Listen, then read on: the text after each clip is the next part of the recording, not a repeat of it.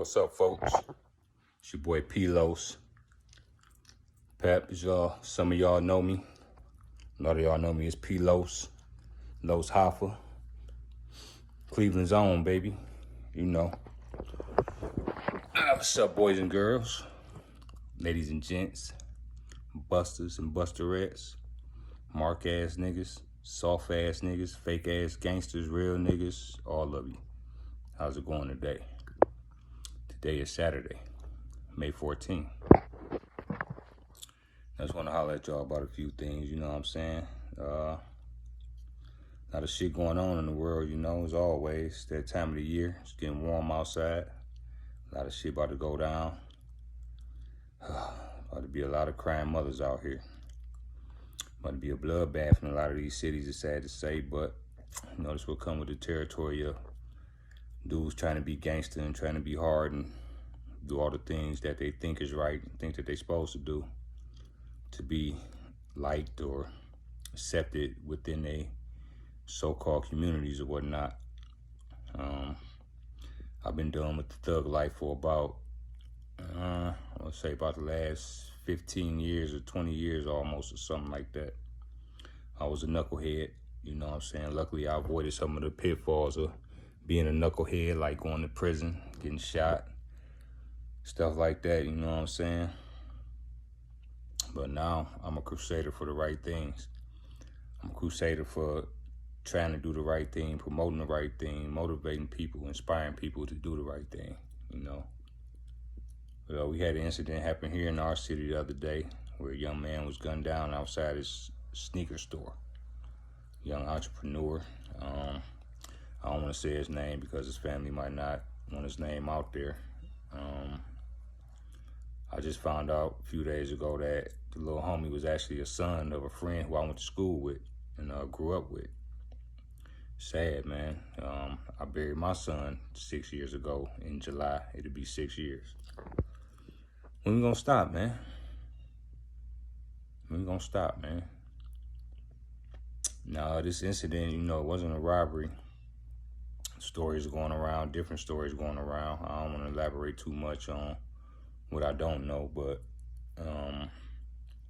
it's been said that it was retaliation for something else that had nothing to do with him or nothing that he did to nobody. They didn't rob the kid. It's actually on video of them shooting this young man down, sitting in his car outside the store, while his mother was inside the store on Mother's Day. Well, we got that energy for each other, man, but y'all niggas don't have that same energy for the police or the people that y'all say is y'all real enemy, like the white man or the government or this and that. Like, y'all stand around and pull y'all camera phones out when y'all see the police jumping on a teenage girl and, oh no, y'all shouldn't be doing that and get off of her and you know, that's wrong and this and that, but nobody won't step up and do nothing, man. Nobody won't do nothing. But y'all be so quick just cause somebody said something on the internet or on social media. You know what I'm saying? Y'all be so quick to want to retaliate against those people, you know, against the dudes that said something about you on the internet or disrespected you on Instagram or something like that, and y'all already go around the corner from right where you live at because this dude stay on a different street and y'all claim different streets and y'all go shoot up the whole house. Everybody in the house, mama, daddy, kids. A lot of times the dudes y'all looking for don't even be around. A lot of times the people that get the bullets don't even be the dude that they intended for. It'll always be the innocent person. But y'all don't have that same energy for the police and nobody else, man. I don't get it, you know. And it's crazy that where this happened at was like, well, it's not like it was a suburb. You know, a lot of people don't even like to drive out in this particular suburb, let alone go out here and do a hit on somebody or to kill somebody. But it just go to show you how bold these dudes is getting nowadays with this dumb shit. I'm fed up, man. You know, I'm fed up, and I want to use my voice for change, man. You know, I want to use my voice for the right thing. A lot of people that know me for rapping, you know, being a rapper around the city, being one of the hottest rappers in the city, one of the, you know, most lyrical or whatnot, you know, when I was doing what I was doing. But it's time to use my voice for something different now, because I was a part of the problem for a long time, but now it's time to become part of the solution. And that's what I'm here to do. And I made up some stuff, man, like some years ago, man. Like I said a line, I said, the young black man, the new Ku Klux Klan, because we killing more niggas than the Klan ever can or ever could. Now we wear the mask in the hood, run around with the choppers like that shit is all good. Like, it's sad, man, you know, that we mimicking the same shit that the Ku Klux Klan was doing to our people. You know, when you go in a house and do a home invasion, right? You mimicking what the Klan was doing to us when they was coming into the house and snatching out people, snatching out the black man and killing him in front of his family and doing all that, you know what I'm saying? It's just instead of a rope nowadays, I mean, they had guns back then, but, you know, they was hanging people. And now instead of the rope and the noose, you know, it's the gun. And it's by the hands of our own people. And, you know, I was thinking one day, right? I'm like, you know what would be crazy, right? We took the gun out of the equation, right? And all the bodies, all the black bodies that was dead was hanging. You know what I'm saying? And the little dude got shot outside the store. What if it wasn't a shooting? What if that gun was a noose? What if he was hanging? Like, would we take this shit different if black men was hanging other black men? If it wasn't the gun, if they weren't shooting down, if we was walking down our neighborhood streets and we just saw 4, 5 bodies every day hanging from different trees in different neighborhoods, like, would that affect us more? It's the same shit. It's the same shit. It's just not a white man doing it. It's just us doing it. But it's the same shit. And instead of a noose or a rope, it's a gun. You know what I'm saying? But how would we look at it, though, if we looked at it like that, if it wasn't a bullet or the gun? You know? And that was the only way, was to eliminate us, was, hey, you got to hang them. And we seeing our young black boys in the neighborhood hanging from trees by the hands of our own. Would we look at that shit different then? Would we be upset? Like, would we take this shit serious? Like, would we start to speak up and step outside of our box of our personal lives and say, hey, let me put a hand in on this community stuff so we can rebuild and reconstruct our people to be better? I don't know what it's gonna take, man. But just think about that, though. If these bodies was hanging, burnt bodies, beat. You know, we walking in, instead of seeing a dude laid out shot and they was beat to death, or, you know, burned to death, you know, strangled to death. You know, we'd be like, man, what's going on, man? Lynchings, man. Lynching is lynching, whether it's by the hands of a black man or a white man. Gunning somebody down, execution style, is a lynching. Shooting motherfuckers multiple times with AR-15 style rifles and AK-47s is a lynching.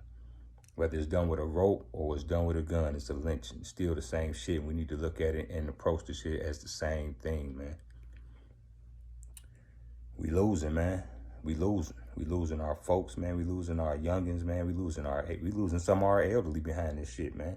Grandma and them can't even sit out on the porch no more in the neighborhoods like they used to, because everybody want to shoot up everything. Everybody drive-bys. Nobody got no training on shooting, targeting, none of this stuff. It's just blind shooting, man. Even if you are so-called aiming at your enemy, bullets still gonna fly and go other places.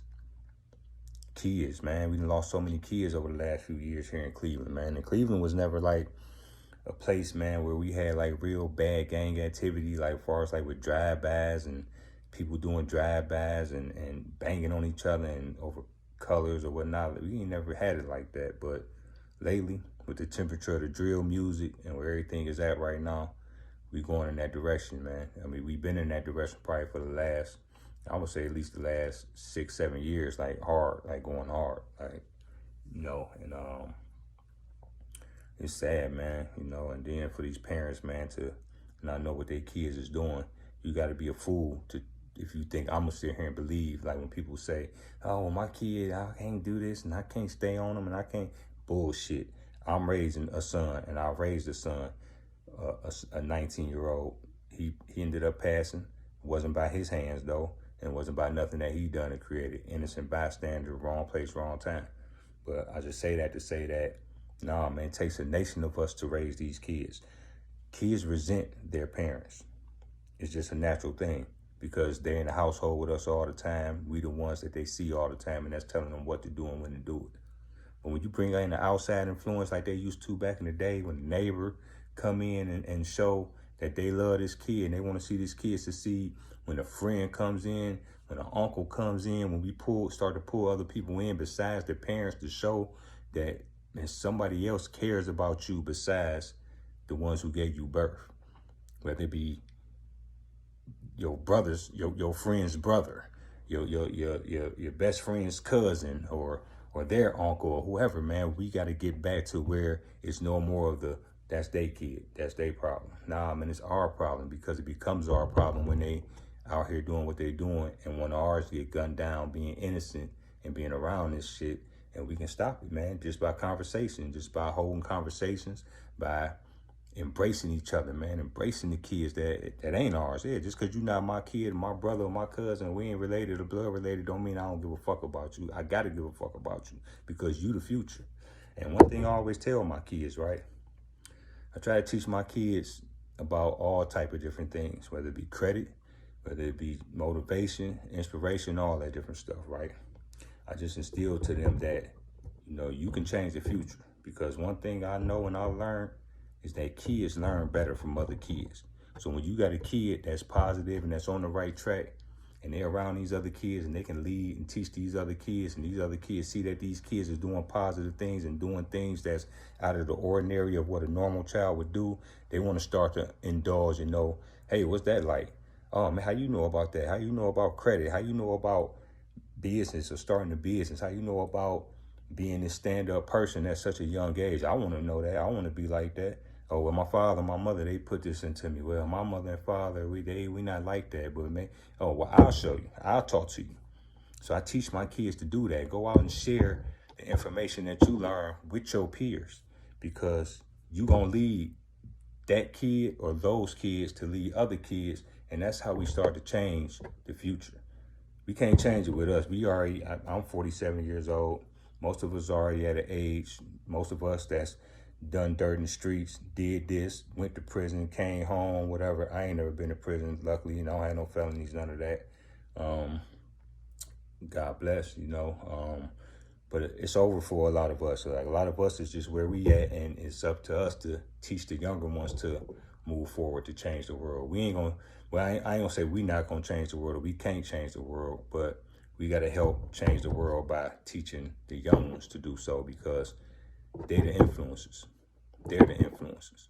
They're the influences on the younger kids. So I'm a firm believer in that, and I believe that each one teach one, and knowledge reigns supreme over everybody, for sure. And we can lead a generation. We can lead the newer generation into something better. Especially with this technology and everything that's out here now. Like, I teach my kids and tell my kids to get into tech stuff, to learn about all the stuff about computers that you can, so that you can be motivated to do better and do something big and do something great and push yourself, push yourself to do something great. And another thing, stop looking up at these rappers like they God, man. Nobody believes in God no more. Well, at least the youngins don't. The youngins believe more in the rappers than they do God. They believe in every word the rapper says, they hold on to more so than God, more than the Bible. That's crazy, man. We got to revert that back to the love of God, to the love of the Lord, to the love of the word. And that's how you're going to get your blessings, man. You get your blessings by being a blessing to other people. When you're a blessing to other people, that's how you get your blessings. Don't be a burden. Don't be a curse on people. Because when you're a curse and you're a burden on people, then only bad things going to come around to you and happen to you. So for those of y'all who's stuck in a position and like, oh, why does this keep happening to me? Why I'm going through this? Why I'm struggling? Look at yourself in the mirror. You got the choice to change who you are and to wake up every day and do something different with your life to put yourself into a better position. I'm here to tell you from experience, because I did it. Because for so long, man, I held on to the bad shit. I held on grudges for losing my mother at a young age, for my father being on drugs, wanting to be like my father, wanting to be a drug dealer and be in the game and all that shit. Like, until I woke up one day and realized that ain't what's popping, man. That ain't what's gonna get you to where you trying to get to. That's the fast way and the fast track to get you to the stuff that you don't want. And if that's what you want, then stay on that same path and do what you got to do. Other than that, man, wake up and realize that all that street shit is bullshit. It's a facade. It's fake. It's not real. Everybody snitching right now. Everybody getting locked up. Niggas is getting indicted by the feds. When the feds come for you, they usually got something on you. So it's hard to beat. That's why people say it's hard to beat the feds. That's why you hear certain people on certain artists or rappers on songs and shit like that say, oh, I ain't scared of the police, but I'm scared of the feds, or I fear the feds or whatnot. I think Fabulous might have been one of the first rappers I heard say that shit before. And I realized what he meant even back then when he said it. I mean, even being young growing up and just hearing shit and being around people that was in the game, I always knew that the feds played a different game. You know, it's a dirtier game. So you gang niggas, and that's what I'm especially saying is to you gang niggas. You gang niggas because I guess y'all don't get it, right? Gang, right? Gang organization is the same thing, right? You a gang, you organize, right? Whether it be for the way you get jumped in or put in, the money you make, how y'all distribute the money or how y'all make the money. Man, and when you organize shit and you calling yourself a gang and you throwing up sets and gang shit and all that shit, man, you ain't doing nothing but setting yourself up, man, for the feds to start watching you, especially if you're making some money. If you're making any kind of money, any kind of nice amount of money, or moving any type of product at a nice rate, chances are, and it might take years, they're gonna come for you. They'll let you get away with shit for years. You know, the feds will let you do shit. They'll let you sell drugs, man. They'll let you ball out and do all that shit while they constantly building a case on you. They constantly building a case on you. So that whole you moving under the radar or nobody don't know what you're doing because you've been doing this like this for this long, man, it's just a matter of time, man, before that knock just become a boom. FBI. I don't want that shit no more. I've been not wanting that shit no more. Shit ain't about shit to me, man. The whole street life shit. Fuck the streets. And they undefeated. I ain't met a nigga to beat the streets yet. And I know some tough ass niggas. I know some tough dudes that got a lot of bread. I know some tough dudes that done did a lot of things. But one thing they ain't did was beat the streets. Or the graveyard. You know, so. Now, don't get me wrong, you got some dudes out here that can hustle, build up a little money to be able to get out the streets, start a business, car wash, this or that. Thank God, you know, they was able to get in and get out, some of them. That's only a handful, though. The rest of them, man, the rest of y'all, man, is out here, especially with this drill shit, this disrespecting the dead shit, man. Like, when the fuck did we start disrespecting the dead? It's part of my language, you know.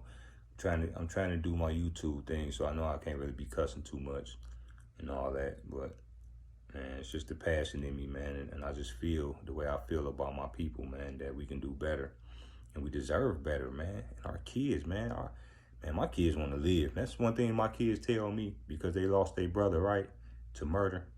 And my kids always tell me, Dad, I don't want to die. I want to live. You know, I want to get older. I want to be your age. I want to be able to be 40-something years old. I want to experience having kids in the family. I don't want to be around this type of life and this you know, atmosphere where people just gunning people down like this for nothing and listening to all the things they shouldn't be listening to that's motivating them to do these things. Like, this is what kids is telling. This is what my kids tell me, man, because they tired of it. And they've been through some bullshit, man, losing their brother at 19 years old. And, man, just before I die, man, I just hope one day, whether it's 10 years from now, 20, 30, 40, that we see the change, man, that we're looking for. But we can't get it, man, if we don't step up and put our lives out here on the line. And I'm willing to put my life on the line. I just told my kids this earlier. We just had this conversation. We was eating early. We was out having tacos at a little taco bar. And I told my kids, because my daughter, she got a friend that be talking about suicide, committing suicide, and the little girl is depressed. And my daughter, like, should I say something to her? You know, she keeps saying I'm gonna kill me. I'm like, no, it's your responsibility to say, once you know this, as a black community, and being a black girl in the black community, and that's your friend, and in the school is a community, it is your duty to go and say something. Now, you don't have to, you can tell the teacher, whoever you're gonna tell, to say, hey, please don't let it be known that it was me that came and said this, keep this between us. But how you gonna save a person if nobody speak up? And that's what I'm saying. That's the point I'm getting to. And what I'm talking about is the whole, what ain't mine, that's they kid, that's they child. You know what I'm saying? So why should I say something? We gotta say something, man. That's a black child. Damn if it's his child, her child, or whoever child, it's a black child. That child one day is gonna interact with our kids one day, or somebody else's kids that's black, or might be in charge of something one day that hey, we didn't get this girl to help, she might fall off doing the job that she got hired to do along the line one day or something like that, because her mental wasn't right, or nobody reached out to try to help her, so she felt like she didn't have nobody. And a lot of times when we feel like we don't got nobody or nobody don't love us, it's because nobody won't reach out to help us. Or a lot of times we don't ask for the help, but sometimes when you in that position and you're depressed and you're going through things, it's hard to ask for people to help you and to come through for you and all that. So all I can say is, if you close to people, or you hear somebody saying something, or you can see the signs, speak up on it. So I told my daughter that it is your responsibility to help that girl, and to be a benefit to her, and to tell the teacher, hey, this is the thing she's saying, because that ain't nothing to play with. Suicide ain't nothing to play with. Murder ain't nothing to play with. Death ain't nothing to play with. And for some odd, strange reason nowadays, these kids think death is not a real thing. They think that death, you just go to another place and you still here or alive, or, and that's with murder, suicide, and all that right now. Because I've never seen suicide amongst black children this rampant. But I know where it's coming from. It's because of the willingness and the easiness of death and killing that's within the music, the movies, television, everything, man. Everything. I don't really watch TV, man, no more. Only time I watch TV is watching sports shit. There's so much bullshit, wicked shit on TV that I just try to stay away from it and stay off the bullshit. You know what I'm saying? And stay motivated on some positive stuff and try to push through the right thing to get to the top, man, to that pinnacle, And we got to do better as a community, man, as black men, black women, man. The things that we look at, the clubbing, the material shit and all the shit, and the putting the emphasis on our boyfriends and girlfriends. Even with that, like how the moms are, the kids that try to come talk to certain mothers and, hey, girl, go on. I'm watching my show. I'm watching Empire. I'm watching my show. Boy, go on here. Go find you something to do. You messing with me? I'm watching my show. Man, fuck Empire. Fuck power. Power should never be more important than your children. Don't talk to me right now. I'm in the middle. Oh, you done made me miss my thing. What?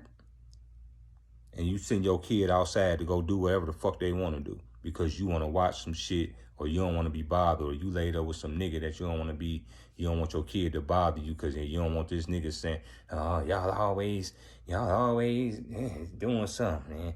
I can't ever have no company, I can't stand women like that. I can't stand that shit. I hate that shit. And I don't use the word hate too often, but it's certain shit that I will use it for. And that's one thing that I fucking hate, is that shit. When you push your kids away for fucking TV, or a bottle of wine, or drink, or to smoke your fucking weed, or to be around your girls, or to be with some motherfucking bullshit ass nigga, and your baby's out here doing whatever the fuck they want to do, and Lord knows what. You know what I'm saying? Daughter laying up, getting ran through, pregnant, son out here robbing, stealing, killing, gang banging, doing all kind of shit. Stealing cars, carjacking, every fucking thing. And you don't know what the fuck going on because you caught up in your little fucking world of when you still was 18, 19, 20 years old that you can't fucking let go. Let that shit go. Let that shit go. Fuck power. Fuck Empire. Fuck a TV show. Fuck that bottle of wine. When your kid want to come talk to you, I don't give a fuck what you doing. You should drop everything. That kid come first. They say your kids is your first business partners. These are our first business partners, our kids. It's the first people we manage. When you become a boss, if you don't have a business or none of that shit, the first time you become a boss is when you had children. Because that's who you got to manage to come up in this world and to learn and teach how to be better. So damn all the bullshit. Put that shit down and start talking to these kids. Start talking to y'all kids, man. All the other shit gonna be there. And even if it ain't gonna be there, so fucking what, man? What are we trying to do? I thought we was trying to be better. Ain't that the goal? To be better? To be great?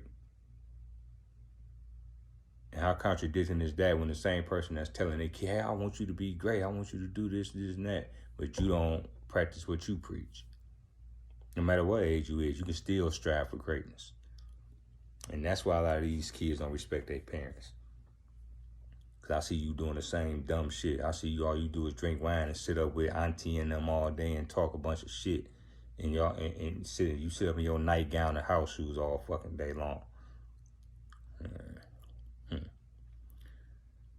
Gotta do better, y'all.